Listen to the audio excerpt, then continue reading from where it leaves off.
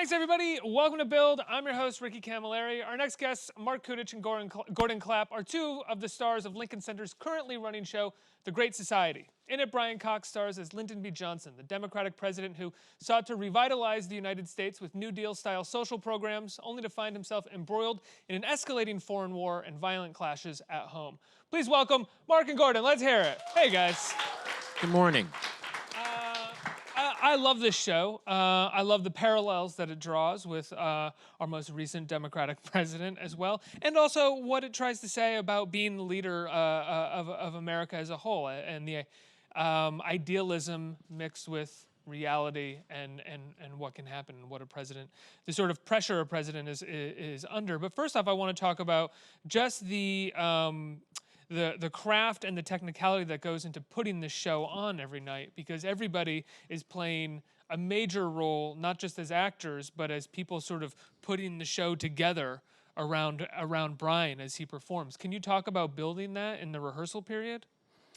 Well, we had a pretty short rehearsal period for something that was this big, and originally I think it was going to be a staged reading, and they gave us enough rehearsal time for that. It was going to be a staged reading? Apparently it was going to be a staged reading with rotating LBJs. That's what I was told actually after I signed on. Not rotating in the show, but throughout, like 1 week, one throughout, LBJ. Yeah, okay, that makes sense. And then Brian stepped up and said, "Why don't we just do Brian Cox's LBJ?"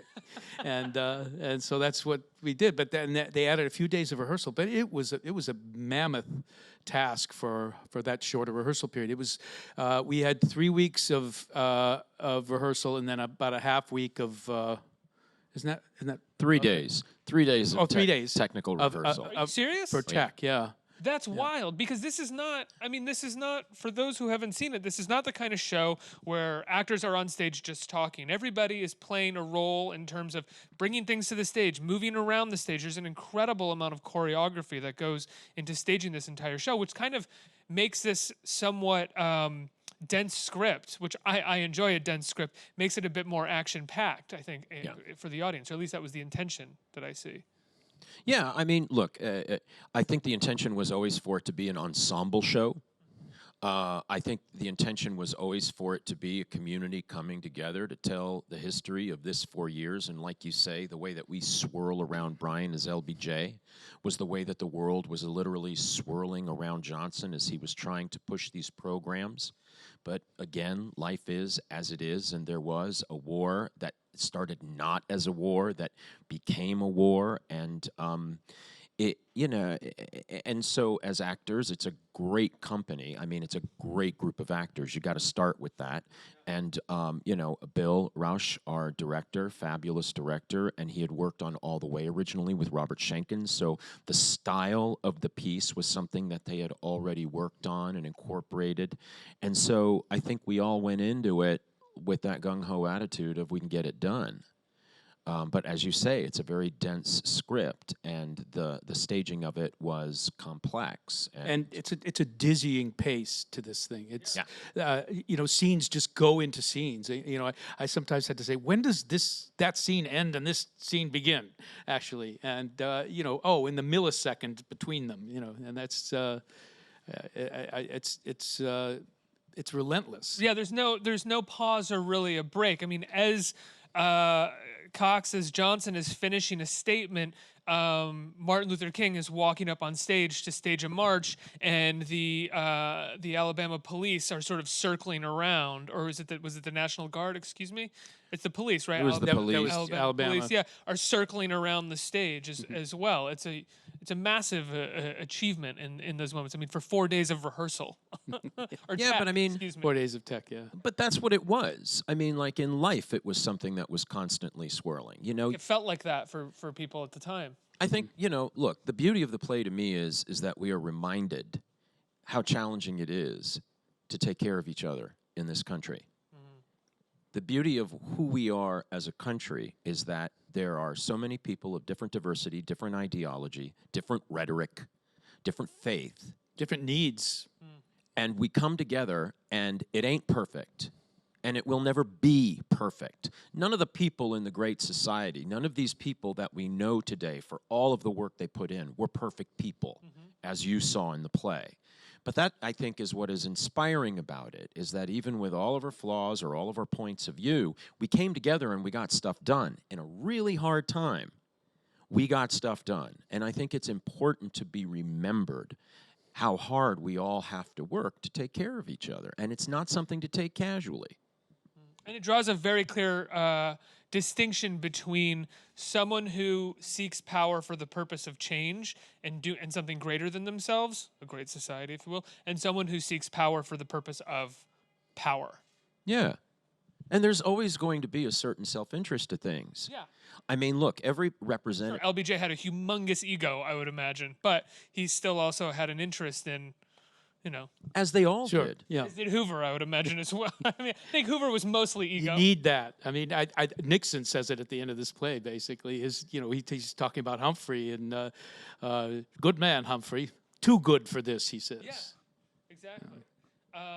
But that juxtaposition is between Nixon and Johnson. It's made very clearly at the absolutely. at the end of the play. At least what the playwright feels about the difference between the two of them. You play J. Edgar Hoover in the show, and you play multiple roles, right, Mark? I play, yeah. 3, 4? His Richard Daley is that's main. that's the guy. That's the guy. Daly's like, He's yeah, the guy. main guy. Right. What is it? It's your main guy, but what is it like doing a few different roles in one show like this? I'm sure you've done it before in other shows. Yeah, not quite like this, I would say, because everyone that we're playing is essentially someone who was there and did exist, and we are replaying, we are fictionalizing what was factual information. A lot of the language in this play is actually language taken from what those people actually said. So it's great fun because, again, it's the exploration of, Dr. Appel, who was the chair of the AMA, the American Medical Association at that time. Scene.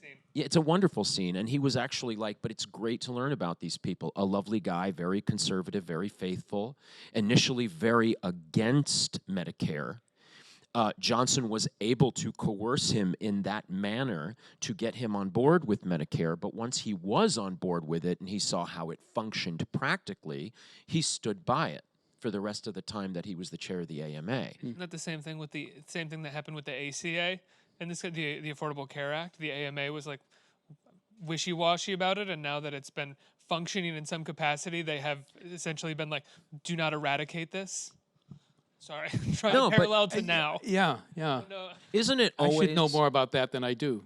I think it's generally. When there's a huge Right. change in the country, oftentimes those who operate within the status quo grow worried and fearsome, and so they move against it. But once that change is made, if it's for the better, and it keeps the ball rolling in some capacity. But it's always a challenge, and it's always a battle between the rhetoric and the practical application.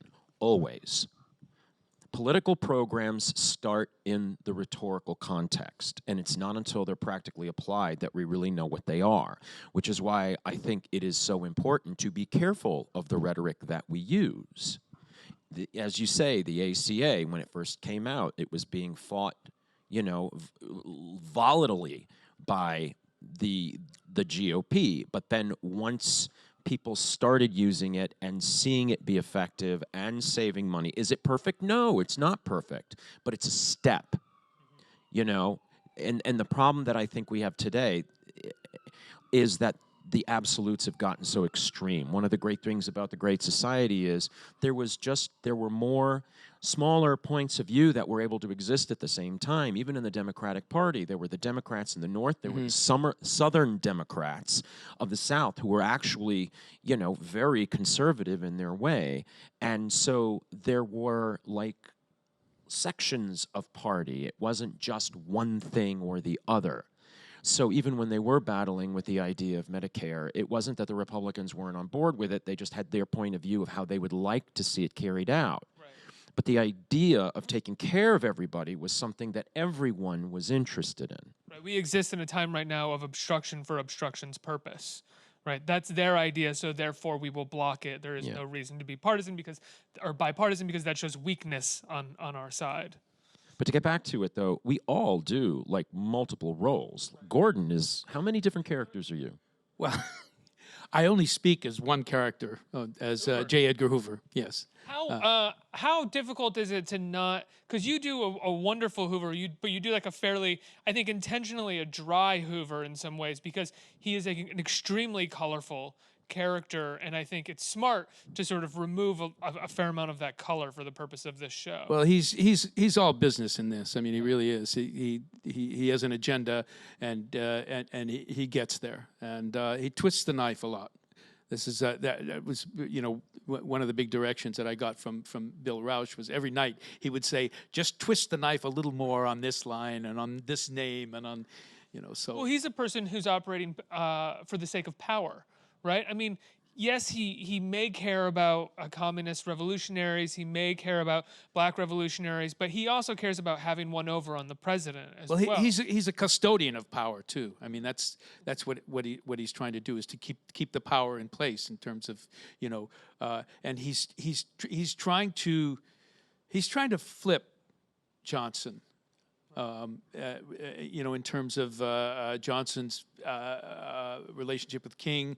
And he doesn't have to do too much of that for him to flip him on Bobby Kennedy. Well, he doesn't need to be flipped. Johnson's already there with Bobby Kennedy. Well, I think it was Nixon who had said something in his time which about Hoover, which is like the only man that I really have to fear is Hoover. And you see Hoover sort of start creating that with Johnson in the show, where he's establishing this paranoia within Johnson, where only Johnson feels like at one point the only person he can depend on and trust is Hoover, which we as the audience know is the exact opposite of what the reality of the case is.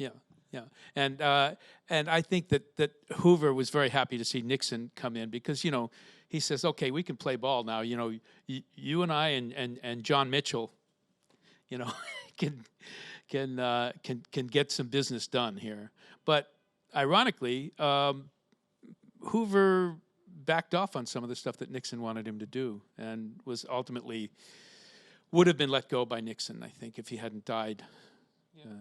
One of the things that I really liked about the show was that Kennedy, while lionized, is not shown as this potential savior of the Republic or this potential great changer.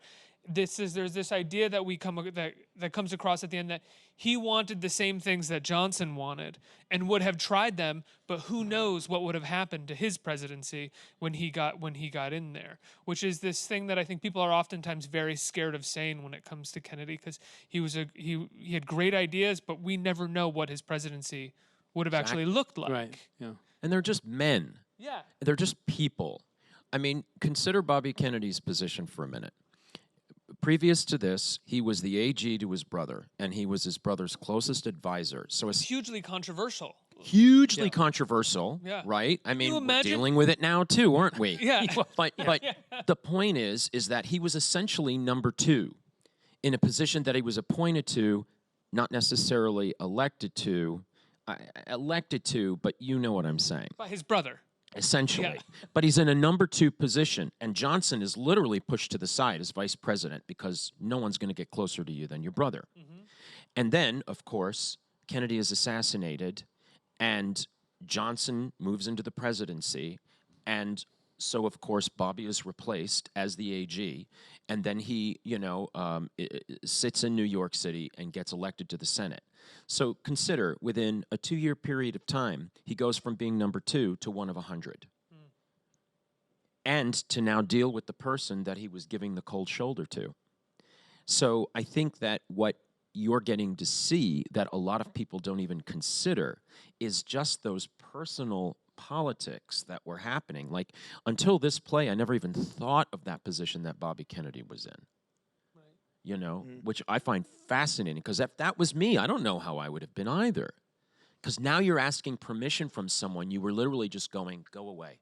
Yeah, and you're asking permission because of also a huge tragedy and family loss. Sure. Right? It's not like someone was voted out of power or there was a long process involved. It was a shocking tragedy that suddenly removed you from the place. And the man that is now the custodian of your and your brother's programs is telling you how to do it, what can or cannot be done.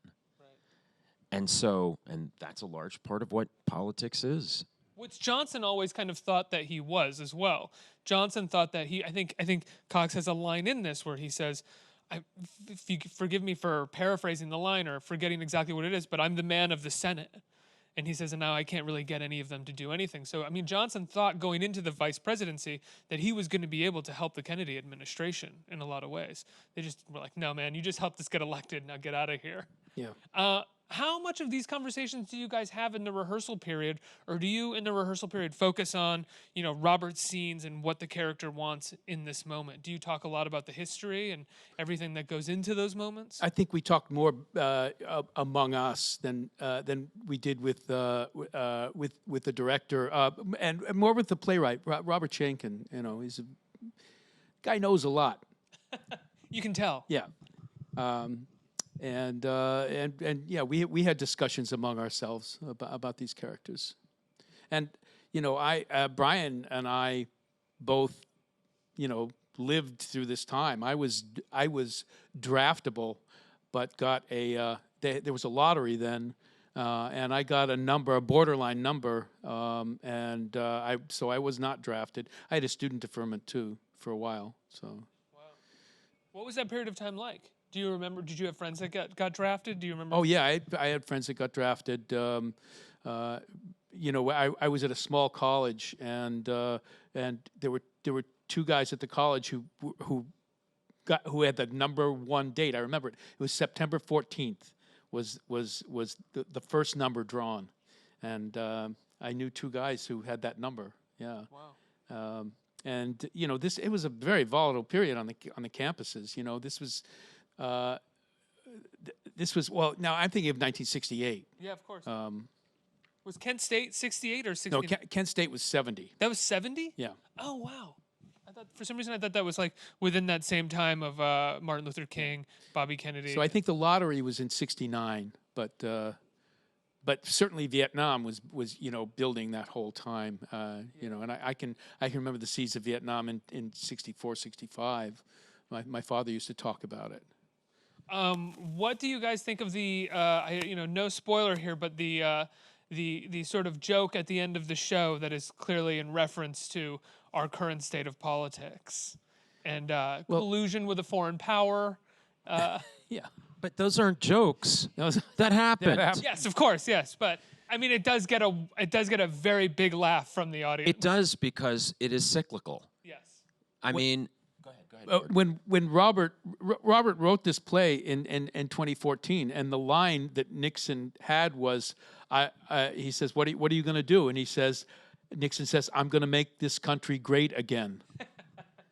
And we went with that line. I mean, it was an actual line that Schenken had written, and after about 4 performances, there was enough of a groan in the audience that they said, we got to change the line. So he changes it. But it was something that he said. Yeah. Right. He said, "I'm going to make America great again." Well, it was also Reagan's slogan as well. It was Reagan's major slogan. Yeah. Yeah.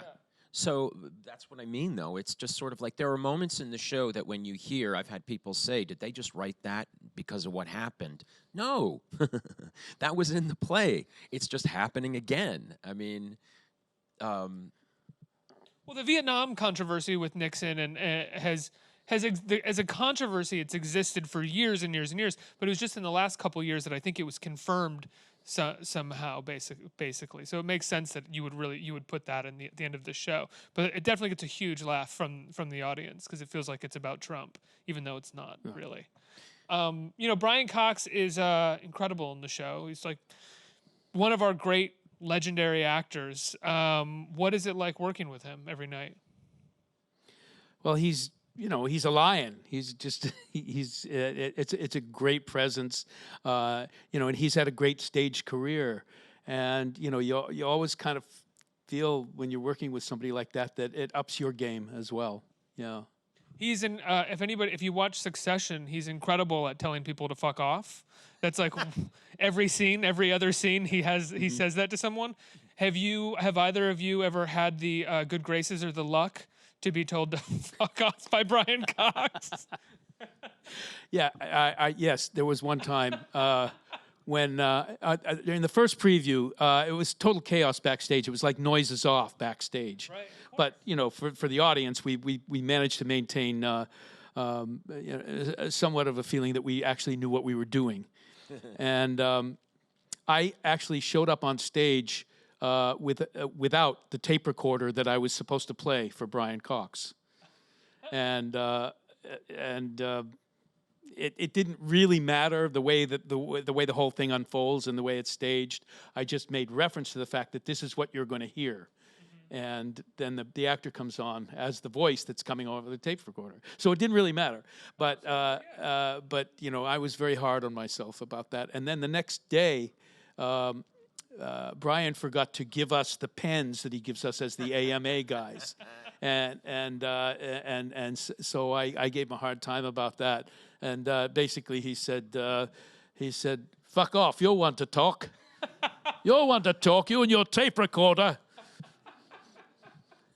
That's fantastic. That's like a badge of honor, I would imagine. Yes, yeah. I mean, he's great. He's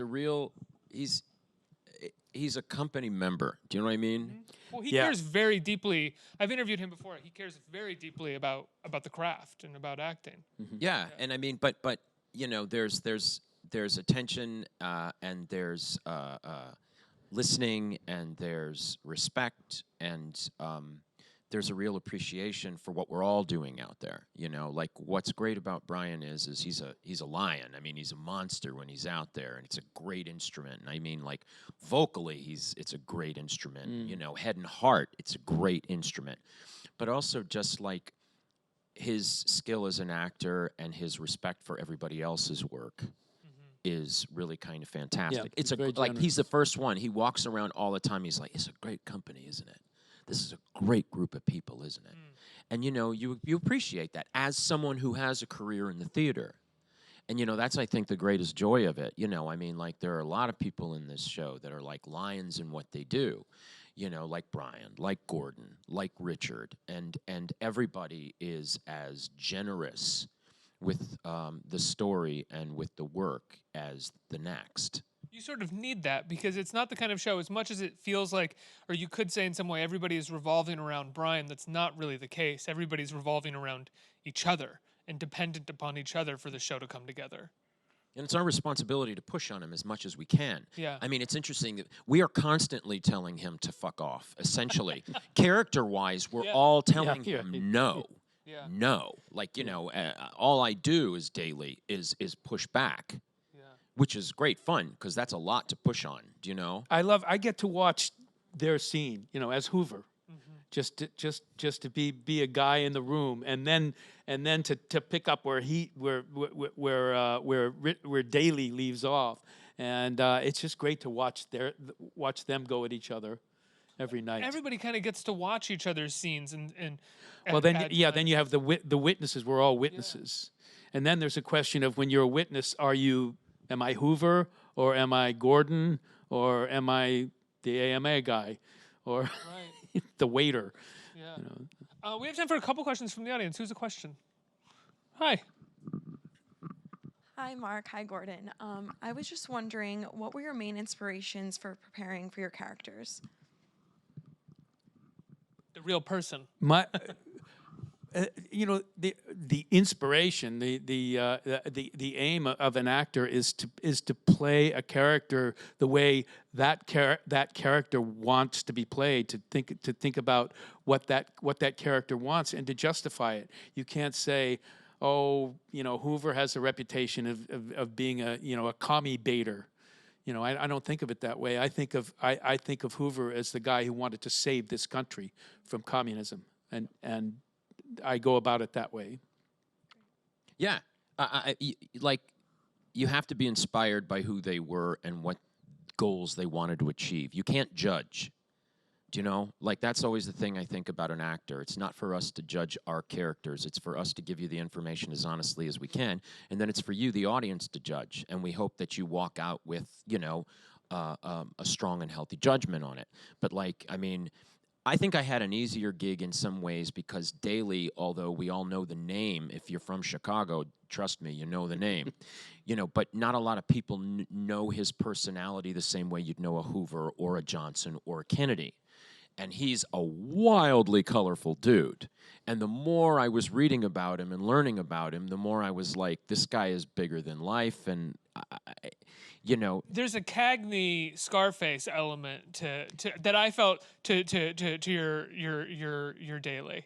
Well, all I know is I was just the Chicagoan of there's that character. Yeah, there's the Chicago. There's a ruralism that he held to passionately. Yeah. That he kept. Purposefully, because he loved Chicago, he loved where he was from, and at the same time, I think that he also played it because it was really good for his constituency. Behind that, he was one of the savviest politicians of his time, hands down. And so you want to play that stuff as honestly as you can. How it comes across to you is, frankly, not my responsibility. So I can't be outside of myself when I'm playing it, and trust me, with that guy, because there's a whole costume to him. I'm doing what I can to make sure he's not two-dimensional. Yeah, absolutely. One more? Hi, I have a question from our site for Gordon. What is the biggest difference between performing on TV and stage, and which do you prefer? Well, I usually say that that I prefer theater. I love having the that just the presence of an audience, and the audience is the final character, I think, in a play. And I love that immediacy. But the one place usually where I prefer television is when I'm in the bank and I'm looking down at the check.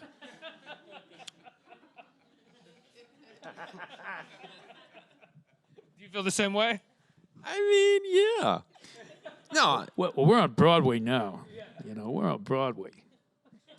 but I agree with what Gordon is saying. At the end of the day, theater. When you're doing television, you're doing film, essentially the responsibility you have is to that moment, to your part of it, the lines. You have a director, you have an editor, writers. They're going to create and they're going to shape the performances. It's completely out of your control. My favorite is like when a director was like, which take did you like the most? And it kind of doesn't matter what take I liked because you're going to use what you're going to use anyway. But as an actor on a stage with a live audience, we are the editors every night. We have the responsibility to bring the focus and whatever the moral of the play is to the audience because it is a shared experience, and it is for you. It's not for us. It's for you, and you are that final ingredient that is most important.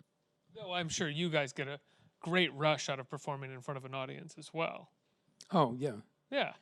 It's for them, but you guys are having a good time. Yeah, no, you get the immediate gratification or not sometimes. It's it is that thing of saying the performance I give is going to be the performance that everybody sees, from a different perspective sometimes, but it's the final performance, and it's too often you see what you've done on film and it's either not there or it's different from the way, or that it's the take that you didn't want them to use.